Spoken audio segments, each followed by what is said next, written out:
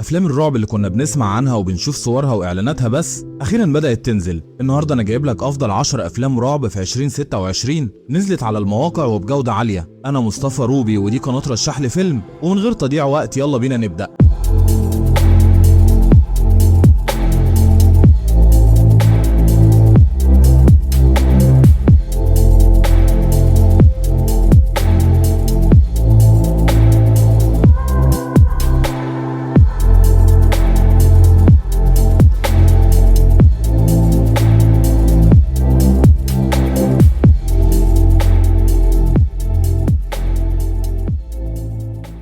رقم 10 سلانتد. بنت مراهقة نفسها جدا تنضم لمجتمع نخبة في مدرستها الثانوية، فبتقرر تخضع لعملية تجريبية بتوعدها انها مش بس هتغير شكلها، دي كمان هتغير هويتها كلها. في الاول بتبهر الكل وبتحقق الحلم اللي كان نفسها فيه، بس بعد كده كل حاجة بتبدأ تتكسر وذاكرتها بتتمسح وتصرفاتها كلها بتتغير، والنسخة اللي هي تعبت عشان تكونها بتبدأ تحس انها غريبة عنها تماما. الفيلم ده بيضرب في مقتل هوس الناس بالكمال وعمليات التجميل، وبيركز على فكرة مرعبة: ايه التمن اللي ممكن تدفعه عشان تكون مقبول من الناس. المخرجة ايمي وانج قدرت تحول فكرة الرغبة في التغيير لكابوس نفسي بيخليك تفقد السيطرة على نفسك.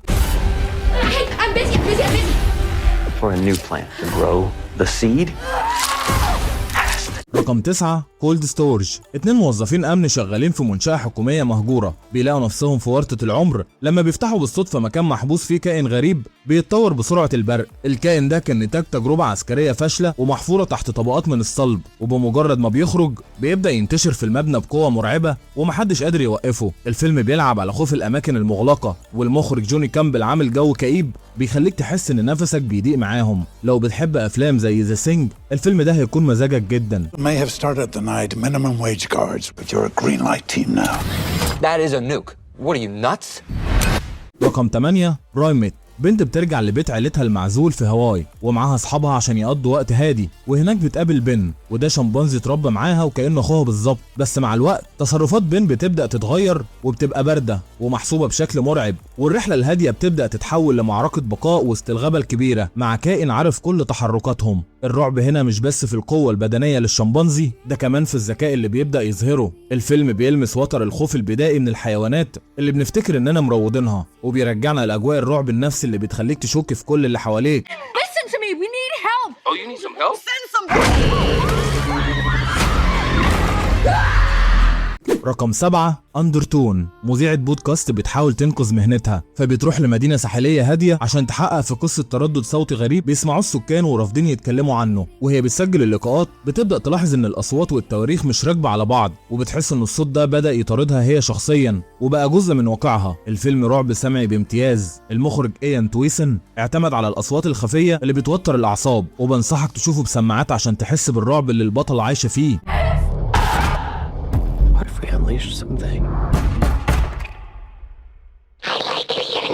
رقم 6 دراكولا اللاف تيل. دراكولا بيرجع لنا المرة دي بس بشكل مختلف تماما. راجل نبيل وغامض عايش في عزلة بيقابل بنت بتفكره بحد كان بيحبه من مئات السنين. بتبدأ بينهم علاقة حب هادية بس غريبة، ومع الوقت العالم بتاعه بيبدأ يتطبق عليها، والظلال والتاريخ الأسود بيبدأوا يظهروا في كل ركن لحد ما تلاقي نفسها محبوسة بين الرغبة والخطر. المخرج لوك بيسون قرر يبعد عن الأكشن في دراكولا ويركز على الرعب القوطي والجو النفسي التقيل. الفيلم تحفة بصرية ومرجع هيبة دراكولا ككائن مرعب ورومانسي في نفس الوقت. She is my salvation.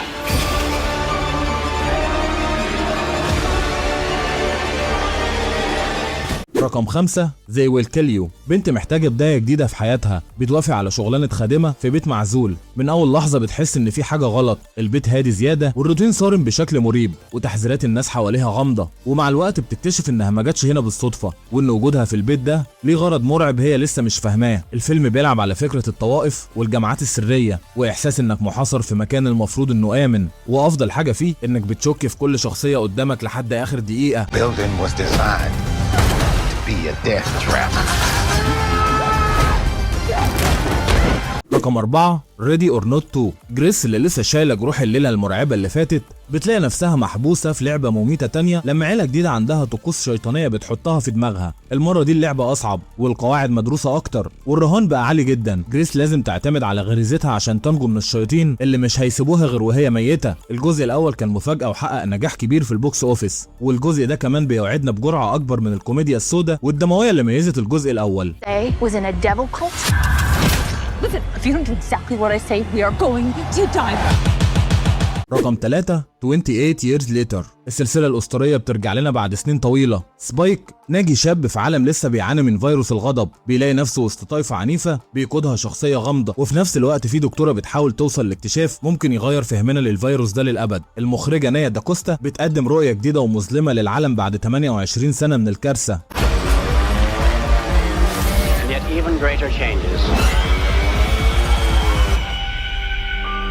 are still. رقم 2 سكريم. الجزء السابع. سيدني بريسكوت بترجع لنا من تاني، بس المره دي جوست فيس حاطط عينه على بنتها تيتوم. هنا بنشوف القاتل وهو بيستخدم الذكاء الاصطناعي عشان يضايق سيدني بصوت وذكريات الماضي. وطبعا معانا جيل ويزر اللي ما بتسيبش حقها. فكره استخدام الاي اي في القتل بتدي لمسه عصريه ومرعبه للسلسله. Where is my daughter?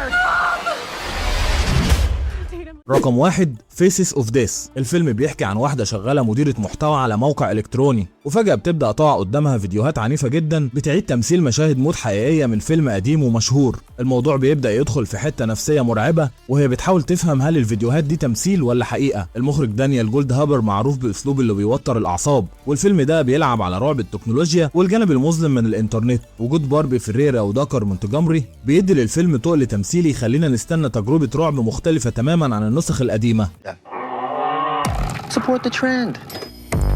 That is the first rule of content creation. ودي كانت نهاية الفيديو. قولي في التعليقات اكتر فيلم شدك وهتبدأ بيه، ولو بتحب النوع ده من الفيديوهات اعمل لايك للفيديو واشترك في القناة عشان يوصلك كل جديد عن السينما وترشيحات الافلام اول باول. اشوفكوا على خير.